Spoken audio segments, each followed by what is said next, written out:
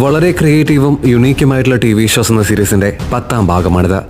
എക്കാലത്തെയും മികച്ച vintage anime മൂവീസിലൊന്നായ ഗോസ്റ്റ് ഇൻ ദ ഷെൽ പുറത്തിറക്കിയ പ്രൊഡക്ഷൻ IG ഒരു പുതിയ പ്രൊജക്റ്റുമായി വരുന്നു എന്നറിഞ്ഞപ്പോൾ തന്നെ ആ വർക്കിന്റെ റേഞ്ച് എന്തായിരിക്കുമെന്ന് നമ്മളിൽ പലരും ഊഹിച്ചെടുത്തതാണ്.